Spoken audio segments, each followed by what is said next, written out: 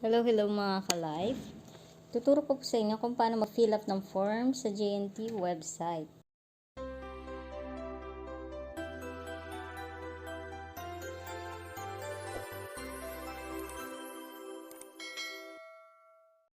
Ganito lang kasimple mga ka-life magpa-ship sa JNT. Website po ang gagamitin ko kasi yung sa app po nila ay hindi na available yung door-to-door pickup. Punta lang po kayo sa any browser nyo yung ginagamit nyo. Copy and paste nyo lang yung email ng JNT. Ayan, kanina ko pa kasi inopen yung browser ko at kinopy and paste ko na yung email nila. Ilalagay ko po sa description box ko yung kanilang email. Yan, click nyo lang po yung apat na maliliit na image box po. Sa mga hindi po nakakapag-register, mag-register po muna kayo. Nandito po sa pinakababa. May dalawang klase ng pag-login, phone and name or email. Ako ang ginamit ko is email. Type nyo lang po yung email nyo, password, and click nyo lang yung Google. Pag na-click nyo na yung Google, automatic na magpo-proceed na kayo sa next step. Yan po, may tatlong pagpipilian. I want to place an order, processing, or completed. Click nyo lang po itong nasa gilid na maliit na apat na box, yung image pictures na yan. Click nyo lang po yung book an order. And click I want to place an order. First step, fill upan po natin sender information. Sender is yung magpapadala, kaya information ng sender ang ilalagay natin. Name, phone number. Sundin lang po natin yung plus 63 kasi hindi pwede tayong gumamit dito yung number na 09 blah. Dapat plus 63 9. Province. Tapos dito sa lugar may kusang may lalabas dyan ng mga place, pwede nyo i-type or pwede nyo hanapin. Province, city, and barangay area. Next is address. Dyan nyo itatype yung full address. Tapos i-add po natin yung contact natin sa JNT. Click nyo lang yung maliit na search. Okay, click na natin itong use an address book. Kasi kapag i-add nyo na yan, automatic na nakasave na yung address doon. Kaya click nyo na lang yun. Dahil ako meron ng address na i-save ko na, i-click ko na lang. Sa mga bago pa lang, kailangan yung click tong search dito and then type enter name and phone address. Dahil nakasave na po yung address ko, ayan na po lumabas. May lumabas na malaking pula na mahabang rectangle. Tatap ko na lang yung address. Click confirm selected after nyo matap ang address. Pag napilapan nyo na po lahat ng hinihingi information, click next step. Second step is about sa recipient information. Ito yung receiver na ating padadalahan. Click use an address book. Kung nakasave na po dyan yung address ng padadala natin, click nyo na lang po yan. Kagaya na sa first step na ginawa natin. Name, phone, province, city, barangay area, address, full address. Yan, click natin yung add to address book. Click next step. Third step is about booking information. Ayan, may dalawang klase ng booking. Draft of two branches or door-to-door pickup. Yung draft of two branches, yung after nyo mabook to, kayo mismo ang maghahatid doon ng parcel package sa any branches ng JNT na malapit sa inyo. Yung door-to-door pickup naman, yun yung maghihintay lang kayo sa bahay. Hindi na kayo ma-hassle. Hihintay nyo lang yung tawag ng JNT, yung rider nila na magpipick up ng parcel package. Before nyo i-click yung fourth next step to complete the order, kailangan nyo mong i-check yung mga information na nilagay nyo. Dapat kasi tama po yung mga information. Kasi may possible po na maibalik lang po sa atin yung ating parcel. Pwede nyo na po i-double check. Click nyo lang po yung previous step. Parcel type, skip nyo na lang yan kasi hindi na natin pwede pagawin. Easy type na talaga yan. Yung pagkuha ng weight, kailangan nyo lang i-times yung length, times width, times height, divide 3,500.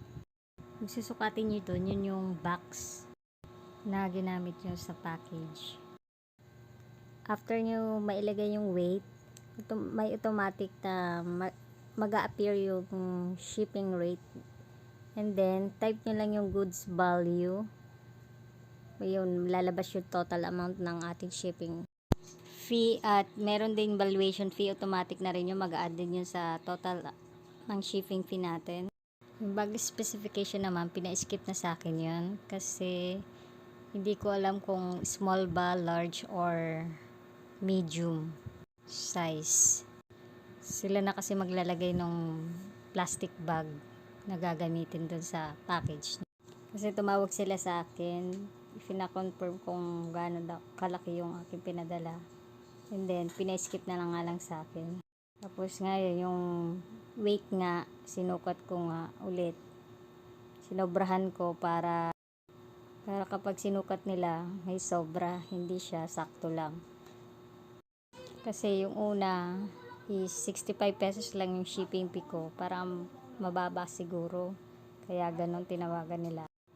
Saka yung pangalawang reorder ko kasi is may 2 box na ginamit ko. Kaya medyo lumaki yung size ng box. Kasi sila nga yung nagpa-cancel na ng order ko. Mabot ng 90 pesos lang ang shipping fee ko. Kaya kapag nagsinukat nyo, huwag nyong saktuhin na ilagay yung weight niya. Kasi may possible na kapag mali yung sukat nila sa sukat nyo, pwedeng ma-cancel yung package nyo kahit na nandyan na yung rider. Mas maganda na yung bag specification, i-skip na lang natin. Kasi kapag nagkamali ka ng sukat ng size ng plastic bag, may tendency na kasi naka-base din yan yung shipping fee natin. Isa rin yung dahilan sa size ng plastic bag kasi nga yung niregister ko is small lang. Kasi nga, malit lang naman yung cellphone, kaya small lang yung pinili.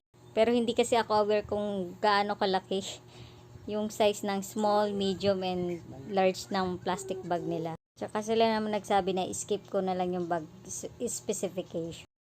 Pwede kayo maglagay ng remarks about sa pinadala nyo. After nyo ma-fill upan, click nyo lang po yung small circle na ina-accept nyo po yung terms and condition nila. Yung official receipt will be available within 7 days. Pwede nyo na-claim yung ORs sa kanilang branch.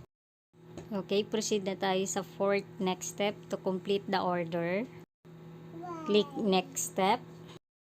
Yan yung fourth next step natin. For pick-up application is in progress na.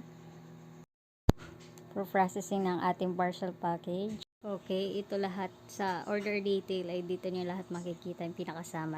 Yun naman pong sa taas ng barcode, yun po yung pang ano po natin, pwedeng scan natin or track the parcel. Yung pang scan, hindi ko nakita sa website nila. Pero dun sa app nila, dun ko nakita may pang scan sila dyan. Or pwede nyo i-type lang yung airway bill number. Yun nga, sa app lang nila din yun, yung airway bill. Yan pong nasa ilalim ng barcode, yan po yung tinatawag na order ID. Makikita nyo rin yung order ID doon sa package information. Nakababa nito lang. Pwede po natin i-print yung barcode.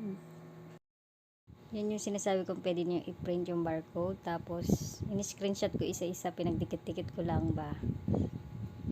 Kasi nga, yung style nito, naka-landscape, masyadong malaki, naka-zoom, hindi kayang i-screenshot ng buo. Papakita nyo lang yan para makakuha ng shipping label. Yung akin, hindi na ako kumuha ng shipping label kasi Sila naman yung maglalagay maglalagay din ng plastic ng JNT Express. Basta yung parcel ko, inayos ko at nilagay ko sa box. Cellphone yung kasi pinadala ko, iba pa yung pinaka-box ng cellphone at sa labas ng box. Kaya secure na secured yun. After na ma-pick up yung package sa inyo, may mag-appear sa inyong message. Click nyo lang yung confirm na pick up na ni rider yung ating package. Meron na rin siyang airway bill number. Hindi ko alam kung saan ako nag-confirm, kung sa website ba or sa app nila. Pero kahit saan man kayo nag-confirm, same lang naman po. Hindi ko kasi makita yung airway bill number dun sa website, kaya tinignan ko dun sa app nila, yun nakita ko nga may airway. Kaya at sa malamang doon ko kinonfirm sa app nila. Yun po yung mga details ng sender information, ng recipient and package information po. Pwede check nyo po kung tama po. Yung weight ay umabot ng 0.06 kg at yung shipping rate is 90 pesos. Napakadali lang naman po mag-cancel kay GNT ng parcel. Kasi kung may mali yung information dyan, mas mabuti na i-cancel nyo na para hindi masayang yung shipping fee. Kasi pag bumalik yan, magbabayad pa rin tayo ng shipping fee pabalik sa atin. Okay mga ka-life, hanggang dito na lang. Please don't forget to like, share, comment, and click the notification bell and subscribe. Bye! Stay safe, healthy, and God bless to all po.